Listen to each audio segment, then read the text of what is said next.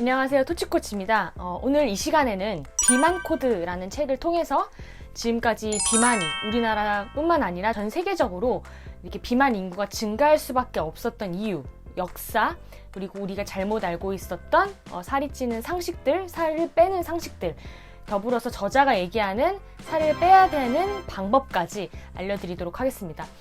사실 이 책은 조금 이 분야에 관심이 있지 않으신 분들이라면 조금 접근하기 어려울 수도 있을 책일 것 같아요. 전문 용어도 꽤 나오는 편이기 때문에. 그래서 제가 이 책을 열심히 정리를 해봤는데 알려드리고 싶은 내용이 많아서 상당히 분량이 많이 나오더라고요. 그래서 이 책을 기반으로 한 설명은 아마 3탄으로 구성이 될 것 같고요. 지금 오늘 1탄은 챕터 1, 챕터 2. 그래서 비만이라는 유행병이 어떻게 생겨나게 됐는지, 그런 비만의 역사를 알 수 있는 부분이랑요. 그 다음에 우리도 이제 다이어트 할 때 이건 칼로리가 높아, 너무 열량이 많아 이렇게 말하듯이 좀 열량에 아직까지도 치중해 있는 부분이 있는데, 그런 열량의 역설, 그리고 운동에 대한 오해라든지 아니면 과식에 대한 부분까지 알려드리는 시간을 가져보도록 하겠습니다. 피가 되고 살이 되는 시간, 지금 바로 Let's get it! 가장 먼저 이 저자는 제이슨 펑이라는 분입니다. 토론토에서 신장병 환자들을 치료하는 의사 선생님이세요. 이 분께서 이제 비만 코드, 당뇨 코드, 요즘에 이제 베스트셀러가 된 책들도 많이 쓰셨는데요. 첫 번째로 얘기하는 부분은 비만이라는 유행병이 어떻게 해서 생기게 됐는지라는 부분입니다. 사실 요즘에 이제 저탄고지 식단 얘기 많이 하지만 사실은 예전부터 저탄수화물 식단이 굉장히 체중 감량을 하는 데 있어서, 그리고 건강을 지키는 데 있어서 중요한 요소로 작용했던 시기가 있다고 합니다.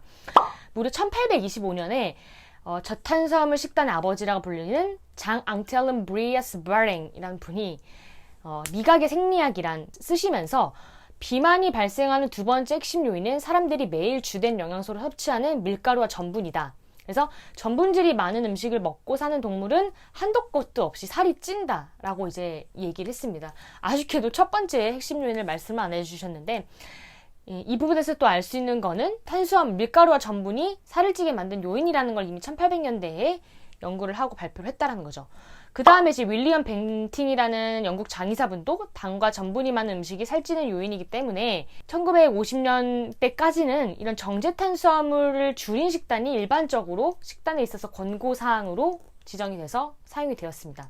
근데 이제 1900년대 초에 로버트 휴 로스 박사라는 분이 체중관리의 과학적인 체계라는 밝힌 저서에서 그때부터 조금 우리의 탄수화물 식단이 시작이 되는데요. 뿐만 아니라 1918년 미국 의사 루루 헌터 피터스, 이분이 이제 다이어트와 건강, 핵심은 칼로리라는 책이 베스트셀러를 치게 되면서 이때부터 우리가 칼로리에 좀 집착하는 식단을 가지게 됩니다.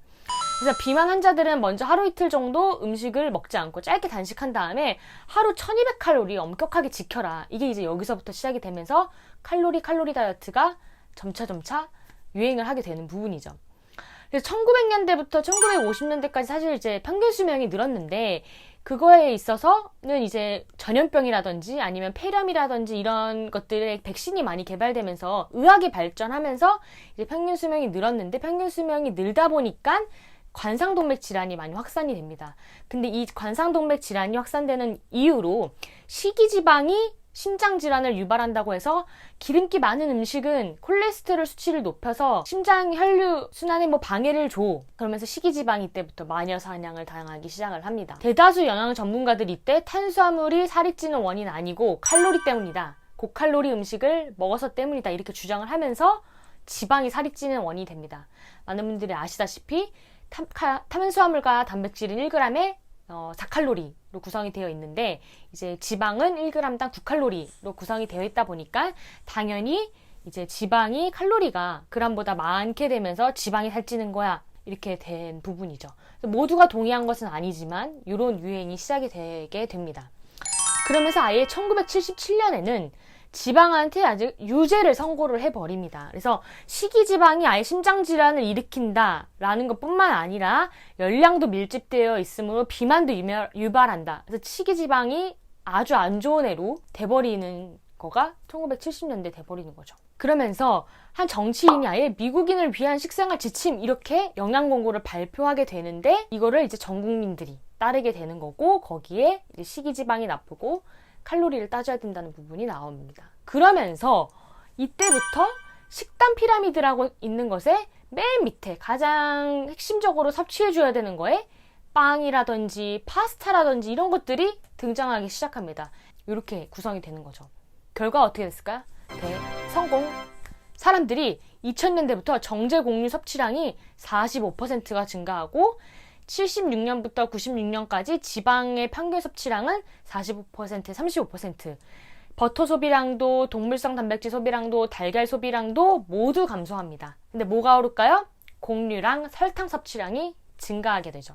그러면서 미국을 기준으로 체질량 지수 30이 넘는 인구가 77년대부터 아주 대폭 증가한 것을 그래프에서도 확인할 수가 있습니다. 이렇게 되면서 이제 미국의 비만은 심해지고 세계가 미국이 중심이 되다 보니까 미국에 있는 다이어트라든지 식단이라든지 영양 이런 것들이 이제 자연스럽게 우리나라에까지도 영향을 끼치게 된 부분 같아요. 그러면은 이 비만이란 거가 또 얘기가 많습니다. 이게 과연 선천적인 요소냐, 후천적인 요소냐, 유전과 어떻게 관련이 되어 있냐 라는 거에 있어서 또 실험을 해봤겠죠. 먼저 가장 신뢰성 있는 실험은 입양된 아이들을 조사하는 겁니다. 입양된 아이들을 한 540명을 표본으로 비교를 해봤는데요. 양부모가 마른 체형이건 뚱뚱한 체형이건 간에 입양된 자녀의 최종적인 체중 차이는 없습니다. 친부모의 연관성이 훨씬 더 컸다라는 부분이에요.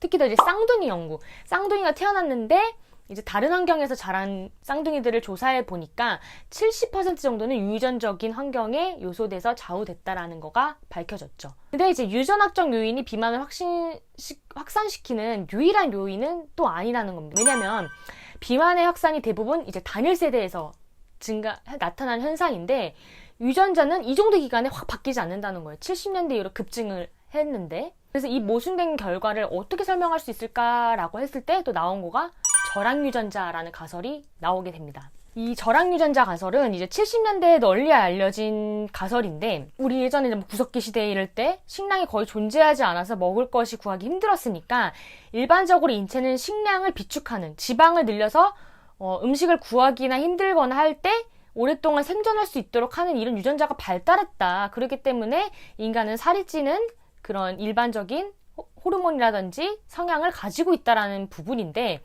사실 좀 더 깊이 들어가면은 이해하기 어렵다라는 부분을 알 수 있었습니다.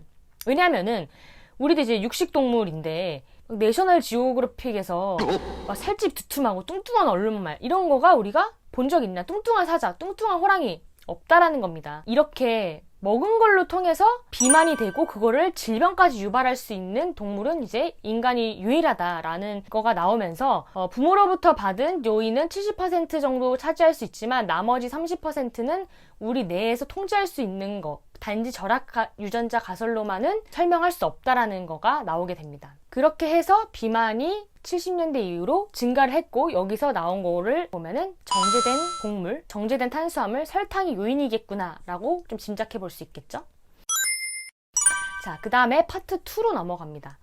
바로 이제 열량이 속임수인데요. 칼로리를 줄여야 돼. 하지만 그 칼로리를 열량부터 줄여야지 체중이 감소되는 것은 아닙니다. 1990년대부터 2010년까지 실시된 미국 국립건강영양조사 데이터에서 비만율은 매년 0.37%씩 계속 증가했으나 섭취 열량은 사실상 일정하게 유지됐다는 부분이죠. 그러면 우리 몸에 유입되는 그런 열량에만 집중하지만 빠져나가는 에너지가 훨씬 더 중요하다라고 볼 수가 있는데요. 어떤 것이 인체 에너지 배출량을 결정할까라고 했을 때 어마어마한 요인이 있습니다.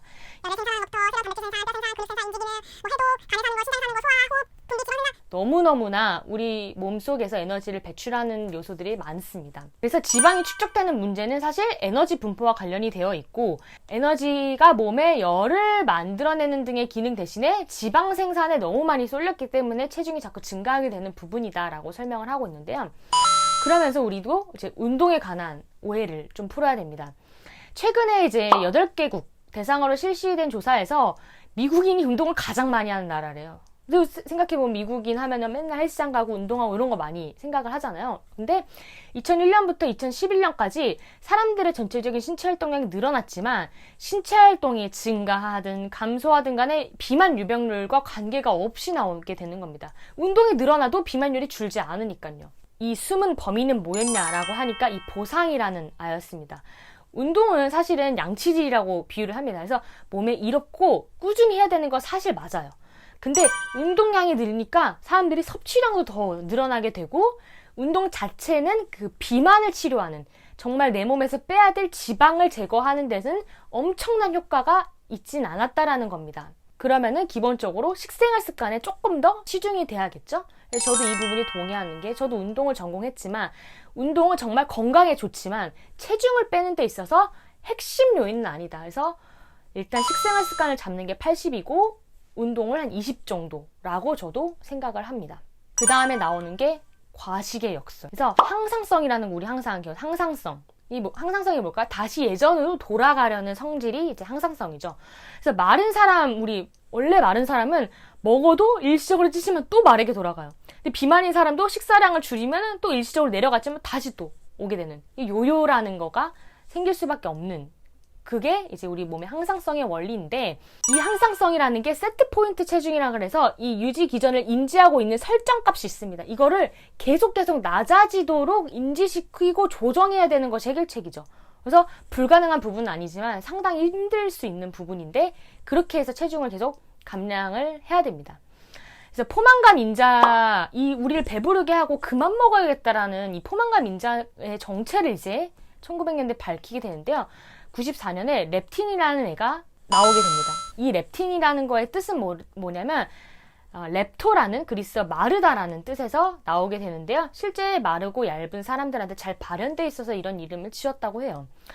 그래서 얘는 식욕을 통제하고 그 다음에 포만감을 인지할 수 있는 호르몬이죠. 그럼 얼마나 좋아요. 얘를 투여하면은 식욕이 통제되고 억제되니까. 그래서 학자들이 실험을 했대요. 외인성 렙틴의 양을 늘려서 투여를 한 거예요. 렙틴의 양을 더 많게. 근데 결과는 체중이 줄지 않았어요. 렙틴의 농도가 높다고 해서 체지방 감소로 효과가 이어지는 것은 아니었고 오히려 렙틴 저항성이라는 게 생기게 된다. 한마디로 쉽게 얘기해서 호르몬을 과다 투여했을 때 일정하면 우리 몸에서 유지할 수 있고 체중을 감량할 수 있게 도와주지만 오히려 과다했을 때는 우리 몸의 부조 인지화를 일으키게 된다. 그러면 이런 렙틴 저항성 도대체 왜 생길까? 그리고 비만의 원인은 무엇일까? 라는 질문을 던지고 이제 챕터 3로 넘어가게 됩니다. 이제 기본적으로 우리가 잘못 알고 있었던 상식들 그리고 운동에 관한 오해나 이제 비만 호르몬에 대한 얘기를 살짝 하고 넘어갔는데요. 참 챕터 3부터 해서는 조금 더 디테일하게 비만을 일으키는 그런 호르몬들의 요인들이나 그 다음에 아예 사회 현상이 된 우리 식품업계 내면의 상황까지 알려드리도록 하겠습니다. 빠이옴!